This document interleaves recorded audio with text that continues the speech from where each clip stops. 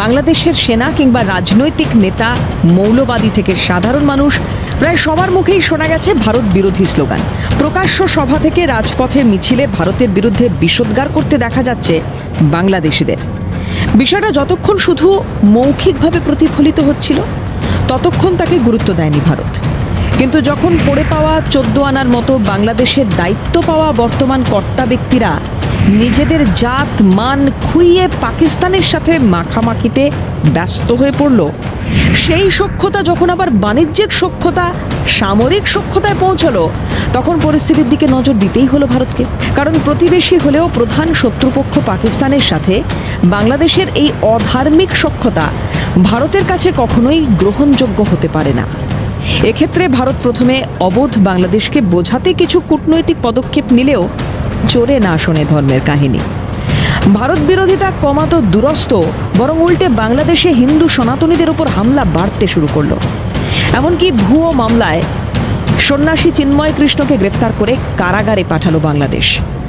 চট্টগ্রামে গণতন্ত্র লুণ্ঠিত হতে দেখল ভারত তথা বিশ্ববাসী। পাশাপাশি ঢাকায় সঙ্গীতের মেহফিল থেকে শুরু করে বিশ্ববিদ্যালয় চত্বর, পদ্মার জল, সর্বত্রই পাকিস্তানি আধিকারিক ও অতিথিদের অবাধ বিচরণ লক্ষ্য করা গেল।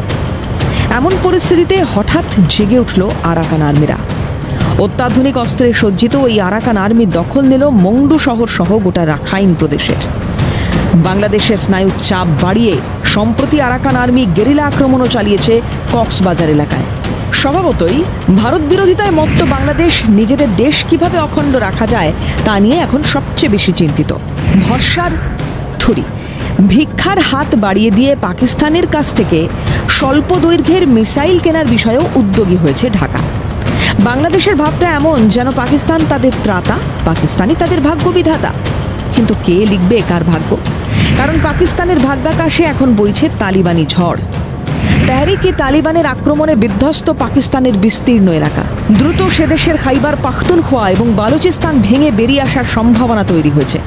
এই সময় পাকিস্তানের পাল্টা strategy Afghan chicken neck, Wakhan corridor দখলের মতলব এঁটেছে পাকিস্তানি সেনা।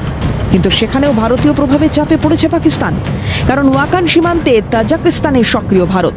সেখানে গিজার এয়ারবেস এবং ফরখর এয়ারবেসে এয়ারক্রাফট সক্রিয় করা হয়েছে বলে সূত্রের খবর। আর এখানেই আন্তর্জাতিক মহল মনে করছে ওস্তাদের মার শেষ রাতে। তাদের প্রশ্ন, রাজার নীতি ও কূটনৈতিক চালে ভারতকে মাত দিল পাকিস্তান ও বাংলাদেশকে? কারণ তালিবান সরকার ইতিমধ্যেই খাদ্য ও ওষুধের জন্য ধন্যবাদ জানিয়েছে ভারতকে। অন্যদিকে সম্প্রতি দিল্লি ঘুরে গেছেন আরাকান আর্মির প্রধান তোয়াং ম্রাত নায়াং।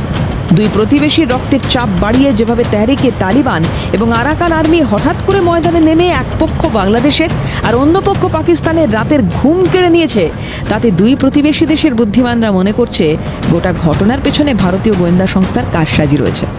তবে বাংলাদেশ তার কৃতকর্মের সাজা পায় নাকি ফের একবার পর্যুদস্ত হয় পাকিস্তান, তার সময় বলে দেবে। ক্যালকাটা নিউজ।